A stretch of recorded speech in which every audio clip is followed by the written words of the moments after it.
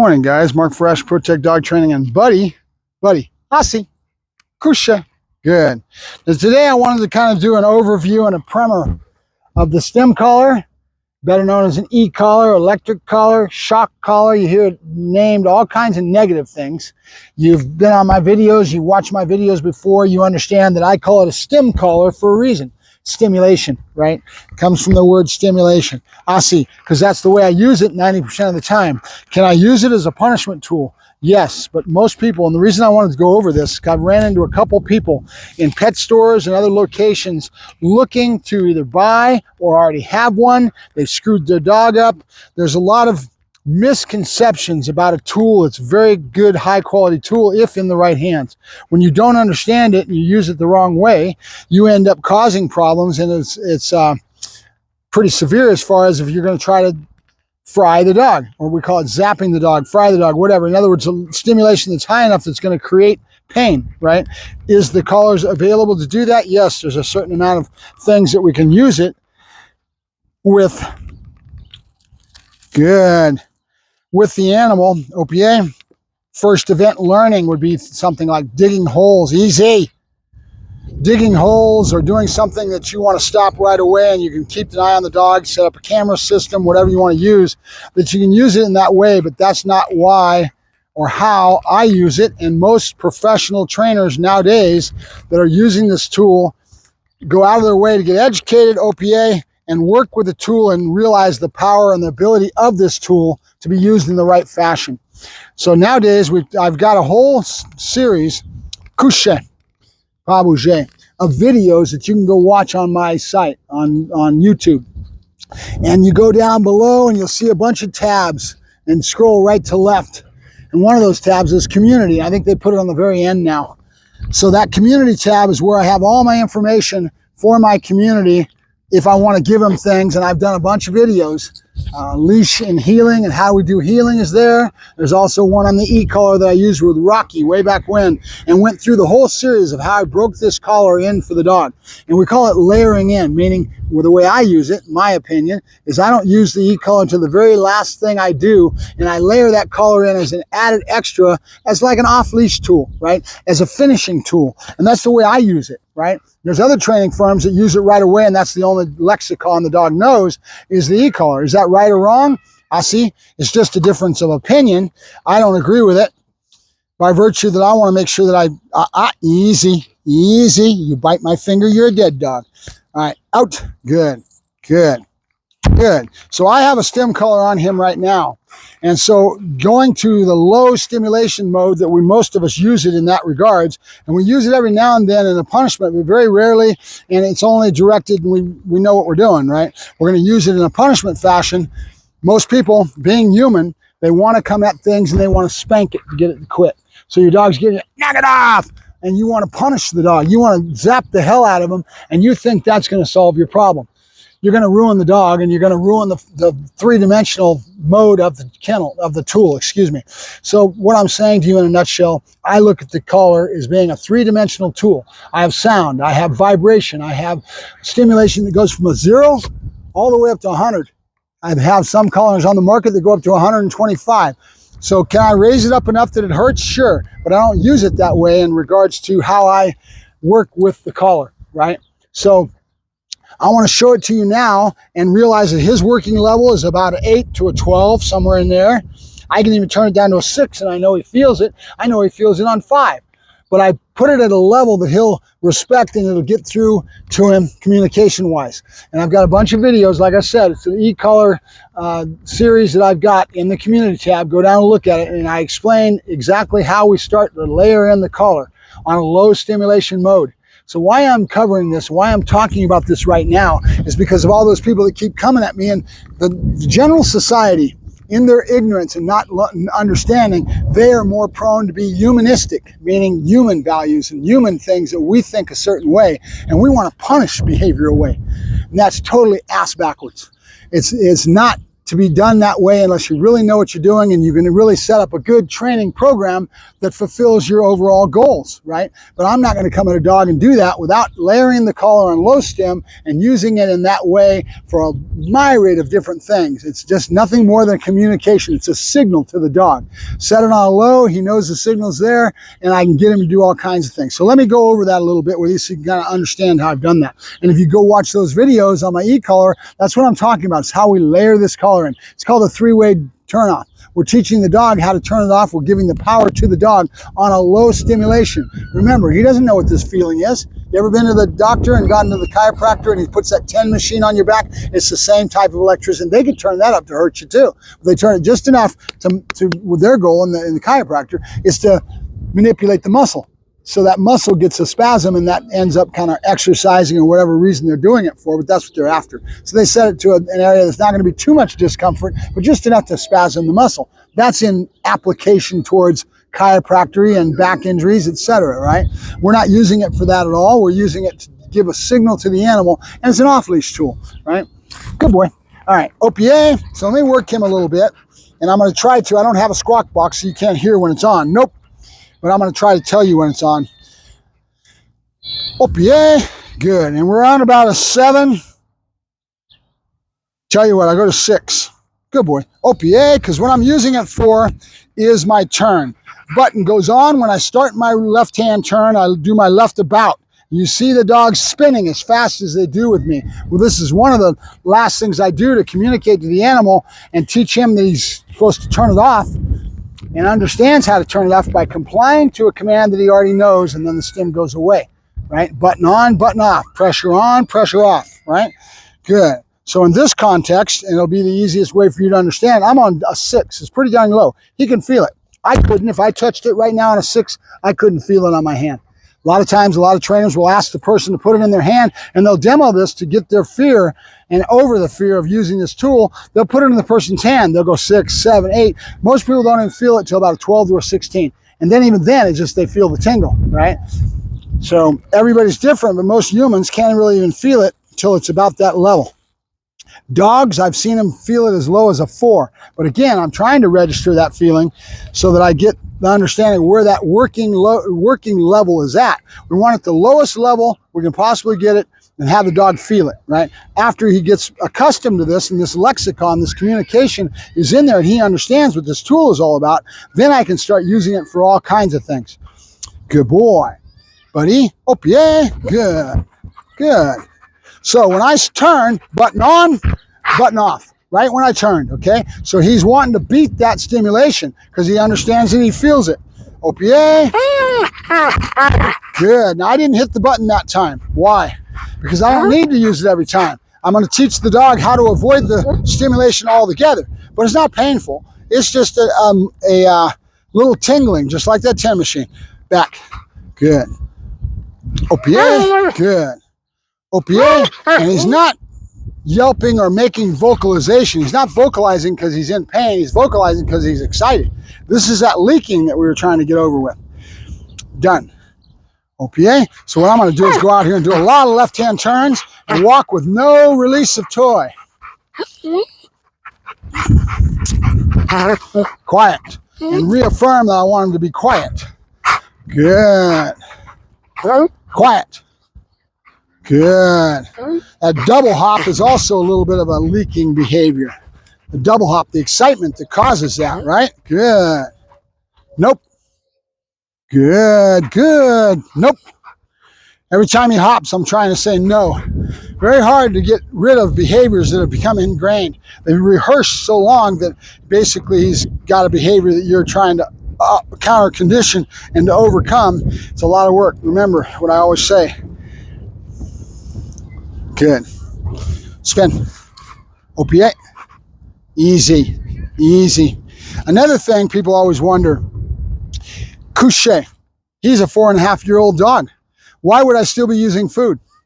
Because these are just tools in my tool bag to reaffirm the emotional states of mind that he's in, Asi, when he's after the food. That I've created with drive states and all easy. Even the shark going after my hands, I've caused that because of the way I've worked the dog.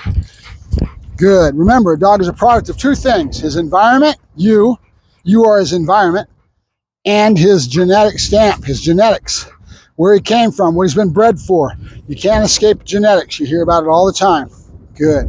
Couche. Good. Opié. Good. Easy. Easy.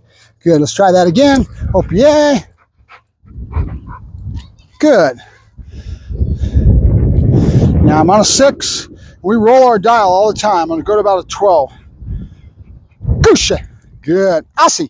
Couche. Good. Now what happened is I hit the button and my timing was a little off, and I could sense and feel the dog. He knew it was there. It was at a level that's a lot more discomfort. So the next time I did it, I didn't do any button at all. I showed him how to win, right? How to win, how to avoid that stimulation altogether, right? So, and again, we normally always ride about our working couche. Opié. Good. Our working level is where we basically ride at, right? Couche. Pas bouger. Good. Posse. I don't need the long line because I've got a stem color on them. I can get them to work anything I want to. So bottom line is, I want you guys to understand something, that all the negativity involved with a tool in the right hands that can have so much application and be so useful to you. Couche. But understanding it is very important. So if you're just a person off the street and you're watching somebody talk about e-collars, and you right away, your human instinct is going to be to go to punishment. And that we use very, very little of. It's really pretty much not even hardly used at all in my lexicon, because I don't need it if I train the dog properly and I do all kinds of things. But there are times that you're trying to overcome a problem that the dog is getting away with, getting in trash surfing, counter surfing, trash, getting in the trash can, that kind of thing. The reason the dog does that is because a lot of the times you walk out of the room, you got some nice good stuff up on the counter, and he learns that he wins by grabbing that off the counter. And here comes your problems, right? So you can do things with cameras, to set up cameras and to set up the behavior so that you can correct him for it, right? Be very sparingly with that. I don't want you to use this tool in such a way that you're only using it at a punishment standard. Why? You've just turned this three-dimensional tool that's got all these bells and whistles and availability and stimulation as far as vibration, sound, how much level that I have on it, right? I can do a myriad of things in a three-dimensional fashion. You ever play three-dimensional chess? Three-dimensional chess takes your brain. You have to really expand that brain power to be able to see all the options. You play one chessboard with one person across the way, you're still looking ahead. Your chess is played that way. You're looking 10, 15 moves ahead, 5 moves ahead is general. And the farther you can look ahead in your projection of your mental projection of the board, the better you're going to be as a chess player. Couche, correct? Good. Assi, couche, good. Dabu, good. Buddy, here, good. All right, let's work him. Opié, good. Assi. Here, good, good. That's all, boy. Good, good. Opié, good. I'm going to put him offset. Assi, opié, pas bouger. Opié, quiet. Assi, opié, quiet. Good. I'm on a 5 and I tapped it and he still had a reaction. Why? Because he's very aware of the collar, especially when I raised it earlier. Opié, I raised it up to about a 12. Once I get the dog in tune with the tool and he understands what's going on, he's right away really adept at understanding what I'm trying to do. I can use it for conditioning of all types. Opié, good. Opié, back. Quiet. Good. Pas bouger. Opié, quiet. Good, quiet, good. Opié, good. Opié, couche. Opié, good. Weave, good. Opié, yes. Then into my pouch. Good boy, good. There you go. I'm going to do that a lot more often because I need to get rid of the leaking. I kind of know the answer. Will I overcome it totally 100%? Probably not. You're talking innate instinct in the animal, excitement that gives the dog what he is. He's a Dutch Shepherd. Good boy. Out. or a melon. Yes, good boy. Or a Malinois or something else, right? Out. Yes, good boy, good. And I have no stem color, right? Out. Couche. Assi. Au pied. Couche. Pas bouger. Oscar Mora was out with his dog a while back with Guapo is the dog's name. And Guapo at one time had a very bad leaking problem. He would leak almost through the whole healing exercise, all kinds of stuff. Oscar had to work real hard to get rid of that. The only time you see the dog getting to that level nowadays is when he puts his hand on the collar and he turns the dog on, and the dog will go into the screaming. I guess he was catching hell because people were trying to say that his dog was screaming because he was getting zapped. No, not at all. It's excitement, all right? Oh, yeah. Good. Good. So what I want to do is accent something to him. Weave, which is opiate. Yes. Then I'm going to dig. And then give it the toy, right? So I've basically taken that interval of reward right away that's caused the leaking, and I put a longer pause in between it. I'm saying YES, I'm marking it, then I'm digging, I'm making an effort to let him see me go into it, that he does get his thing and he learns to wait for longer. And the idea is that his excitement level won't pitch like that. He's excited because he's right into wanting that ball. Buddy, out. Good boy, good. I said good, I shouldn't have. Oh, right when I put my hand on the stem collar. Buddy, out. Good. Opiate, out. Out. Good. Now there's a punishment stage. I raised it up to about 25. Good. Buddy, opiate. Good, good. The other thing I want to work with him on is he has a tendency to go off on me when I ask him to bark, because he's barking at me when he comes to the front. Out. Here. Here. Good. Good. Piss off. Good. Out. Opiate. And he's not centering on what's in front of him. So I'm starting a game to create that, because I'm getting tired of him going off on me when I go like this. Out. See what he's doing? Good. So we want this. Good. Back. Good. Good. Yes, good boy. And I'll start another context with me pointing towards the ball. Then I can hang the ball into a blind. I can do all kinds of things, get it up and higher, and keep the same exercises going towards the context that I want to teach him, which is to bark at what I'm pointing at, right? Good. Out. And these are, buddy, out. Good. OPA. These are behaviors that will happen if you don't take care of them. That's out.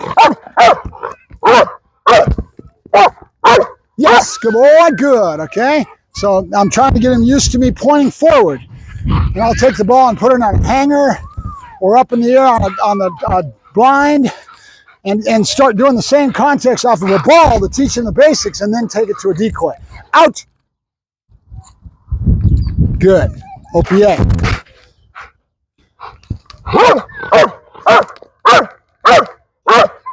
Yes, good boy, good. There we go. And we'll do variable reward on that. Every now and then it'll be first time, every now and then it'll be 5. Buddy, out. OPA. Quiet. Good. I'm going to take him off with I'm not going to take him off of it, but I'm going to give him more pressure to the flat collar. I see. OPA. Now what I'm going to do, I see, is take away the barking just for pointing until I tell him his bark word. Pass out. Good boy. Good. Yes. Come on. Good. There you go. Good. All right. So that's kind of letting you see how that whole barking, how they do the pointing at the decoy, right? They'll even get real fancy, and they'll teach the dog to center down and then up. Out. Well, there's 2 different ones. Out. Opiate. Behaviors, right? Done. Good. Opiate. Good boy. Good. There you go. Let me work him a little bit. And then I'm going to say YES and mark it. The reason I'm doing this is because I'm trying to work on yes, meaning you got to wait for a pause second instead of right away. Giving him the reward right away has caused a problem. I need to lengthen my duration between the time I give him that reward. OPA. Good. Yes. Notice what happened. Doing it on purpose. Yes. Let him see me go into my pockets. Let him see me grabbing it. So he learns to wait for longer and waits for this movement to be what he's going to get throwing the ball, right? Instead of diving into it. And it was created out and caused, buddy, out, opiate, good, by the fact that I was giving it right away off my reward placements. So this is where the problem occurred. Yes, right into my back, right? That's immediate. And that's what's causing the excitement. So I took that away, out. I'm just doing it for demo for you. Buddy, out. Good. I see. Good. Opiate. Good. Good. So, buddy, yes. Okay, so I'm going to try to accent yes, then throw. Afterward, nice pause, right? And actually let him see me digging into where maybe I've got a jacket on. I've got the ball in my hood. Look how much movement it would take for me to go to the back of my hood before I see all that. That's what I want. I want the dog to see it so that he knows he's got to wait for me to grab it out of my pouch or out of my hood or wherever I keep the ball, right? So YES doesn't need diving into it right away. We got to take that away from him and work on the leaking that's caused because of that. Out. Couche. Opiate. No. Good. Done. Good. Done. Show him my hands and then go into obedience. Opiate. And a lot of left-hand turns.